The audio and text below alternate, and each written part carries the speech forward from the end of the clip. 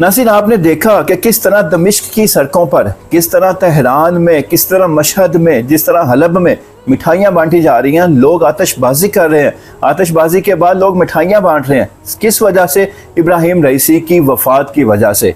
अब इस वफ़ात की असल वजह क्या है? नाज़रीन, इस खुशी की जो सबसे पहली वजह है, इस खुशी के इजहार का सबसे पहला सबसे पहली रीज़न है, वो ये है जुलाई 1988 में लजनतुल मौत एक बनी, यानी कि डेथ कमेटी एक बनाई गई ईरान में। इस कमेटी को बनाने का मकसद ये था कि जो सियासी कैदी जो ईरान में गिरफ़्तार हैं, वो अपने मुकदमे उनके हो चुके हैं, अदालत उनको सज़ाएँ दे चुकी है, अदालत में वो सज़ा याफ्ता हो चुके हैं, अब वो अपनी सज़ाएँ काट रहे हैं, वो जेलों में कैद हैं। अब उस कमेटी को बनाया गया जिसका नाम था डेथ कमेटी, लजनतुल मौत, यानी मौत का परवाना जारी करने वाली। तो ये जो इब्राहिम रईसी थे जो इस हेलीकॉप्टर में जो वफ़ात पा गए, ये उन 3 अफराद में जो इस कमेटी के 3 रुकन थे, ये उन रुकनों में से एक रुकन ये थे। इन्होंने लोग बेगुनाह कैदियों को जो सिर्फ सज़ा काट रहे थे, जेलों में थे, वो सज़ा अपनी पूरी करने की इंतज़ार में थे कि हमारी सज़ाएँ पूरी हों, हम जेलों से बाहर आएँ। मगर इस कमेटी ने उन कैदियों को वहीं जेलों में ही सज़ाए मौत देने का ऐलान किया और फिर इस तरह 30,000 से ज़ायद ईरानी शहरियों को वहाँ सज़ाए मौत दी गई। और सज़ाए मौत दी भी कैसे गई? करेनों पर लटका कर, चौकों में, चौराहों में, गलियों में, सड़कों में उन्हें लटका कर सरेआम ये फांसियाँ दी गई। और इसमें सैकड़ों नहीं हज़ारों सुन्नी उलमा थे जिनको बेगुनाह शहीद कर दिया गया। कोई पूछने वाला नहीं था, कोई कुछ कहने वाला नहीं था। ले लजना कमेटी के इख्तियारात ही इतने थे। तो सबसे पहली वजह ये थी कि इब्राहिम रईसी उस मौत की कमेटी के 3 रुकनों में से एक रुकन थे। इसके बाद जो दूसरी वजह है वो है इराक और ईरान की जंग में। इराक और ईरान की जंग में जब इराक और ईरान की जंग हुई तो उस वक्त इब्राहिम रईसी काजी थे। तो ये काजी के तौर पर ये फैसला सुनाते, जो इराकी सुन्नी मुसलमान थे, जो सुन्नी थे, वो फैसला सुनाते कि इनको जहाज़ों के ज़रिए, हेलीकॉप्टर के ज़रिए फ़िज़ा में ले जाया जाए, वहाँ से उनको ऊंचाई से फेंक दिया जाए। मतलब कि सज़ा एक जंगी कैदी है। जंगी कैदियों के साथ तो नबी सल्लल्लाहु अलैहि वसल्लम ने भी अच्छा हुस्न सलूक किया, उनके साथ अच्छे अखलाक से पेश आए। मगर इन्होंने इराक और चुन कर उस जंग में सुन्नी मुसलमानों को स्पेशल ये आर्डर दिया जाता इब्राहिम रईसी की जानिब से कि इनको जहाज़ और हेलीकॉप्टर में बिठा कर फ़ज़ा में ले जाया जाए और फ़ज़ा में ले जाकर इनको वहाँ से ऊंचाई से फेंक दिया जाए, फिर इनका जो हशर हो वो दुनिया देखे। नाज़रीन, ये दूसरी वजह थी।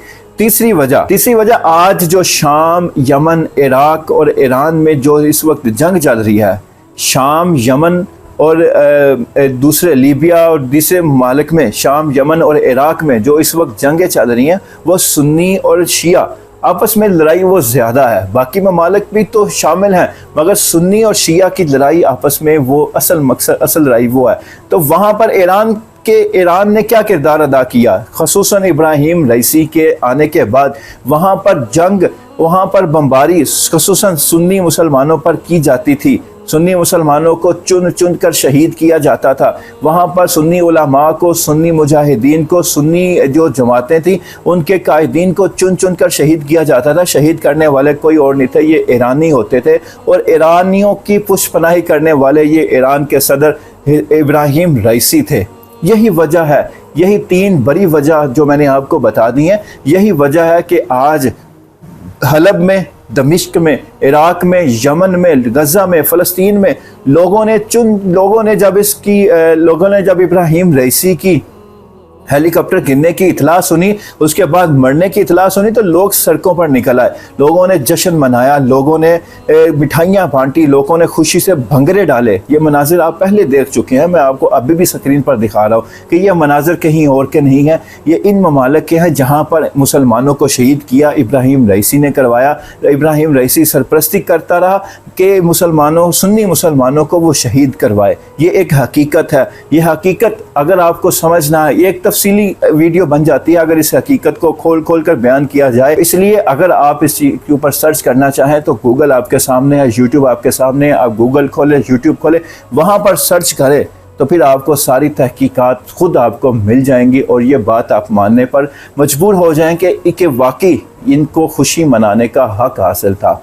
अल्लाह ताला से दुआ कहूँ कि अल्लाह ताला हमारे मुसलमानों पर के हालात पर रहम करे, उनकी हालत ज़ार पर रहम करे कि कोई भी उठता है वो इनके मुसलमानों के खून का प्यासा हो जाता है। अब इब्राहिम रईसी तो इस दुनिया से चले गए, अब ये मामला अल्लाह के सपुर्द है। अब अल्लाह जाने और इब्राहिम रईसी के आमाल जाने। अल्लाह हाफिज़।